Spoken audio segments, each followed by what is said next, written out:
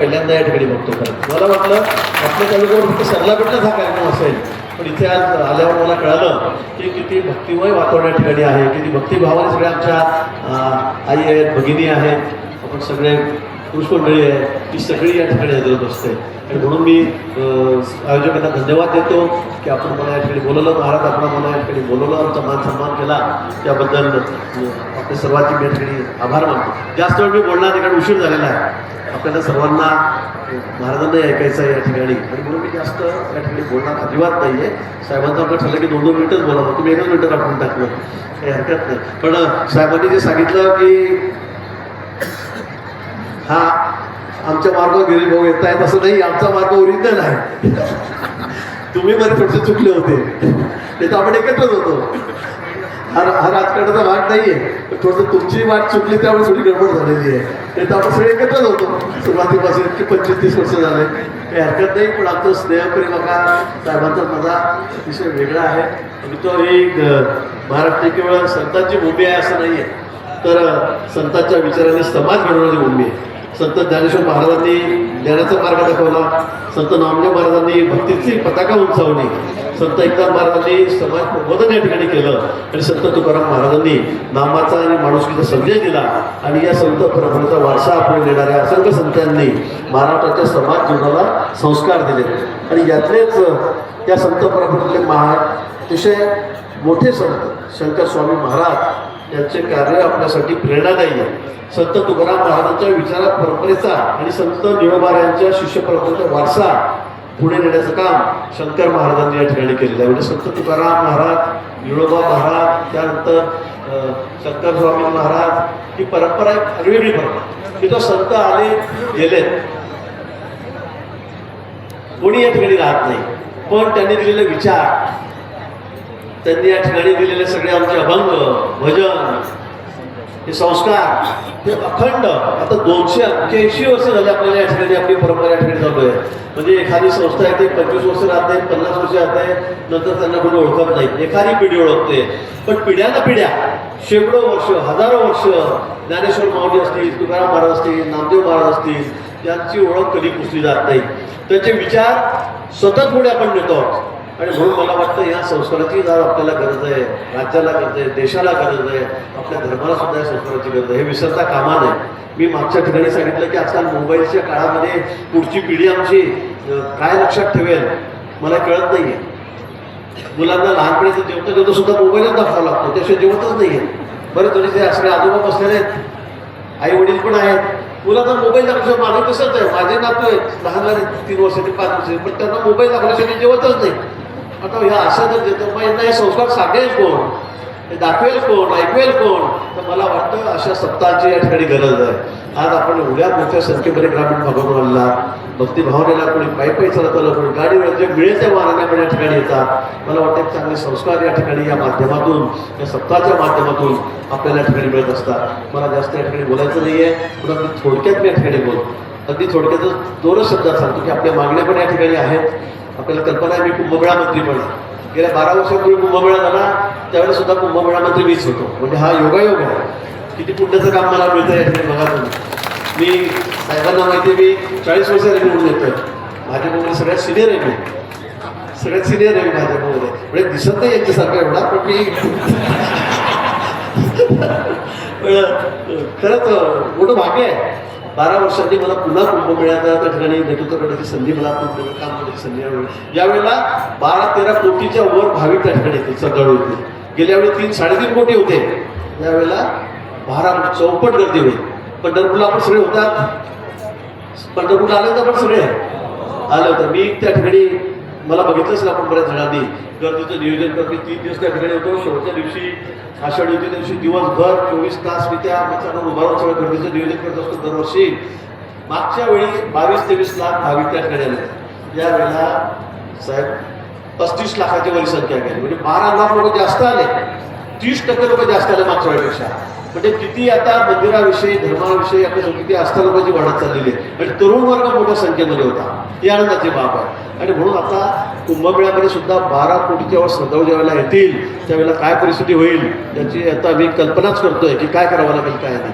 आणि म्हणून आपल्याला सगळ्यांना आमंत्रण देतो आणि या निमित्ताने आपण काही आपल्या धर्मक्षेत्रातील स्थान सांगितलेले आहेत त्यांचाही आपण त्या ठिकाणी निश्चित विचार करू, निश्चित विचार आपण त्या ठिकाणी करू.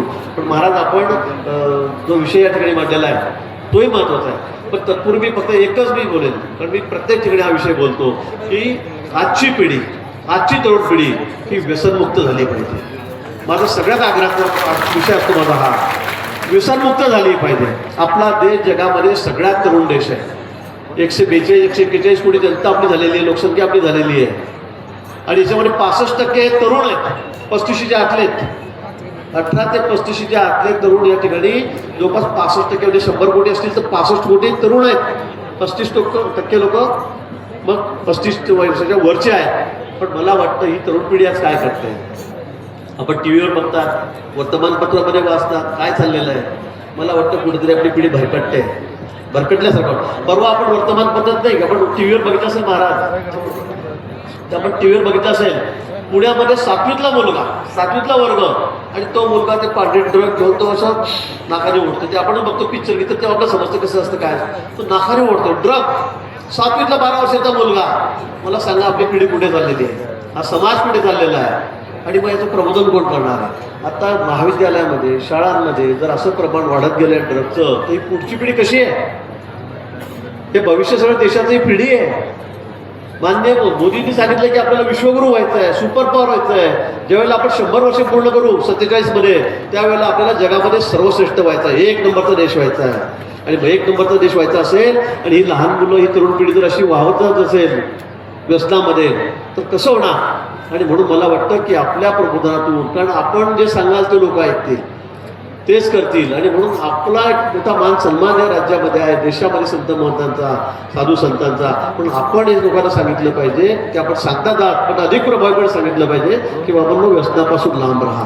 हा खरं मला वाटतं सगळ्यात महत्त्वाचा मुद्दा आहे. अन्यथा पिढी जर भरकटली तर पुढे मला कळत नाही काय भविष्य असेल. आणि म्हणून त्या त्याला पुन्हा आपण सगळ्यांना सांगा, तंबाखूपासून दूर राहा, दारूपासून दूर राहा. काय ते माणिकचंद खातात, गोवा खातात, विमल, कमल, सुमन, बायाचेच नाव आहे, सगळ्या महिलांचेच नाव आहे आमच्या सगळ्यांना. काय खातात माझं आरोग्य क्षेत्रामध्ये सगळ्यात मोठं काम आहे. खरे साहेबांना माहिती आहे की लाखो लोकांचे ऑपरेशन केलं असेल मुंबईला देऊन, ग्रामीण भागातल्या राज्यातून 10, 20, 25 लाख रुपये लागून आम्ही फुकट काम करतो, जेवढे दिलेलं घरापर्यंत सोडून देतो. पण आजकाल सगळ्यात जास्त पेशंट कसले आहेत तर कॅन्सरचे. कसला कॅन्सर झाला, ओरल कॅन्सर, तंबाखूचा कॅन्सर, चालले जेवण पुरं मरून. सगळ्यात जास्त हॉस्पिटलकडे गर्दी कोणाची आहे तर तंबाखू खाऊन मरणाऱ्या तरुणांची आहे. वाटतं काय कामाचं असं, बायको तरुण राहून गेली, मुलं राहून गेले, म्हातारा आई बाप राहून गेले, हात चालला तिकडे, चालला गेल्यावर. मला वाटतं हे बंद करा. पण आजचा हा विषय मुद्दाम प्रामुख्याने मी या ठिकाणी आपल्याला सांगतो, तंबाखू अतिशय जहर आहे, बंद करा सगळ्या टोक्यावर. बिडी सिगरेट असेल, दारू असेल, आणि हे सांगण्याचा अधिकार मला आहे, कारण मी आयुष्यामध्ये अजून चहा सुद्धा प्यायला नाही माझ्या. नाही तर मी संध्याकाळी भाऊ बारमध्ये बसले तिकडे ज्ञान देता येतं काय कामाचं, बरोबर आहे की नाही. नाही तर मंत्री महोदय इकडे मोठ्याने सांगताय दारू पिऊ नका आणि संध्याकाळी भाऊ बारमध्ये बसले मंत्री महोदय, असं चालेल का. त्यामुळे मी सुद्धा त्यावेळेस सिनियर असून सुद्धा मी रोज व्यायाम करतो, मी रोज धावतो 7-8 किलोमीटर.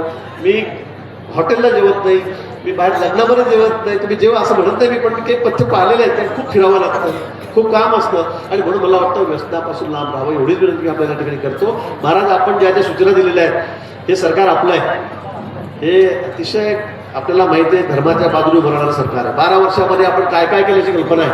आपण ब वर्ग या ठिकाणी दर्जा दिला. मी म्हणतो होतो ग्रामविकास खात्याचा मागच्या वेळेला, टुरिझमचा, त्यावेळेला आपण 1 कोटीवरून 5 कोटी रुपये ब वर्ग देवस्थानासाठी केले, 5 कोटीवरून. शेवटी इतकी जुनी मंदिरं आहेत, पुण्यश्लोक अहिल्यादेवीने त्यावेळेला घाट बांधले, मंदिरं बांधले, त्याचं जतन आपण केलं पाहिजे. अनेक जुनं मंदिर आहेत, पूर्वजांनी आपल्या बांधलेले आहेत, पण त्यांना डागडुजी करायला पैसे नाही. आपल्या सरकारने निर्णय घेतला, अ वर्गासाठी 5 कोटी होते, आपण 25 कोटी रुपये दिले. ब वर्गाला 1 कोटी होते, आपण 5 कोटी केले. क वर्गाला 25 लाख होते, आपण 1 कोटी केले. आणि हजारो मंदिरं देवस्थानं आपण ब वर्गामध्ये त्याचं वर्गीकरण केलं. त्यामुळे सगळ्यांना 5-5 कोटी आपण त्या ठिकाणी दिलेले आहेत. पण या उपर जाऊन तुम्ही म्हणतात पंढरपूरला आपली जागा आहे, मला परफोटे गावात सांगितलं आमची जागा आहे 6 गुंठे, आपली किती आहे 10 गुंठे, आपली मोठी जागा आहे, आपण सगळेजण मिळून निश्चित तुम्हाला मी शब्द देतो एक सुंदर काय बांधायचं आपल्याला भक्तिधाम, एक सुंदर भक्तिधाम आपण त्या ठिकाणी बांधूया. मी कुठेही कमी पडणार नाही, आपलं सरकार या बाबतीमध्ये कुठेही कमी पडणार नाही.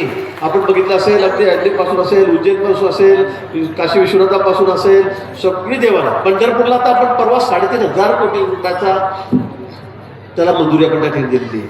कॉरिडॉर आपण करतोय. आपण बघितलं 35 लाख लोकांना यावेळेला किती घालमेल त्या ठिकाणी झाली, किती गर्दी झाली होती. 26 किलोमीटरची रांग होती. मी सगळ्या लाईनमध्ये फिरून आलो 2 दिवस त्या ठिकाणी जाऊन.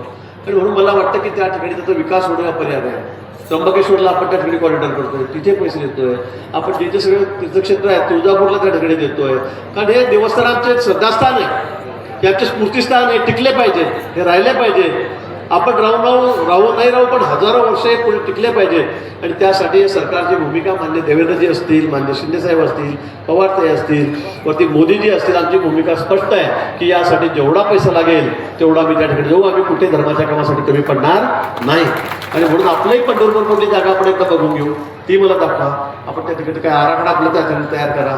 आपण सगळेजण मिळून जे होईल थोडं फुलाची पाकळी, पण मला वाटतं एक तर सरकारने केल्यापेक्षा आपण थोडंफार काही अधिक जमा केलं आणि त्याच्यामध्ये जो काही वाटा असेल मोठा तो आम्ही टाकूच, तो आम्ही निश्चित देऊ. पण 1-2 वर्षामध्ये आपण त्या ठिकाणी आपलं भक्तिधाम त्या ठिकाणी अतिशय सुंदर असं त्या ठिकाणी उभं करू. आपल्याला याही ठिकाणी कारण सरला बेटला आपण बघितलं असेल, मी 10 कोटी रुपयाचा एवढा मोठा सभामंडप दिला की किती लोक त्या ठिकाणी बघतात, बसू शकतात. आणि त्याचबरोबर रस्ते केलेत, पूल केलेत. आता संरक्षण भिंतीसाठी मी आता 60 कोटी रुपये त्या ठिकाणी दिलेत. आपणही काळजी करू नका, आम्हाला सगळे सारखे मंदिराचा विषय या ठिकाणी आपला आहे. मी सांगतो ना, तुम्ही आता पाढा वाचू नका. तुम्ही फक्त मला काय कागदावर लिहून द्या की आपल्याला काय काय करायचं आहे. कारण महाराजांचं कीर्तन आपल्याला ऐकायचं आहे. दिनेश भाऊ या ठिकाणी आहेत, तुम्ही या ठिकाणी आता फॉलोअप करा, तुमच्या मागे लागा. जसं सरला बेटचं केलं तसं इथलंही करा, यातलं करा. आम्ही कुठेही त्या ठिकाणी कमी पडणार नाही. एवढंच या प्रसंगी आपल्याला त्या ठिकाणी शब्द देतो. पुन्हा आपल्याला खूप खूप मनापासून या ठिकाणी शुभेच्छा देतो. पाण्याचा विषय तो माझ्याकडेच आहे, कापी खोऱ्याचा, तो आम्ही विसरत चाललो एक महिन्याचा. तुम्हाला लगेच या महिनाभरावर त्याची परवानगी देतो. तुम्हाला पाण्याचा प्रश्न शेतकऱ्यांसाठी महत्त्वाचा आहे, तोही तुम्हाला या ठिकाणी करून देतो. आणि हे आपलं सरकार एवढं लक्षात ठेवा. खरे साहेब, हे आपलं सरकार आहे, काळजी करू नका. कुणालाही आम्ही उपाशी तारलेलं ठेवणार नाही. निश्चित त्याची ग्वाही मी आपल्याला प्रसंगी देतो. पुन्हा आपल्याला या अखंड नामसप्ताहाच्या निमित्ताने 200 सेवा त्याच्या निमित्ताने आपल्याला खूप खूप मनापासून शुभेच्छा देतो. आपण मला या ठिकाणी बोलवलं, बोलण्याची संधी दिली, मला आशीर्वाद आपण महाराज या ठिकाणी दिलेत, त्याबद्दल आपले खूप खूप धन्यवाद. जय हिंद, जय महाराष्ट्र. कोपरे पॅक झालेले आहे. हजारो भाविक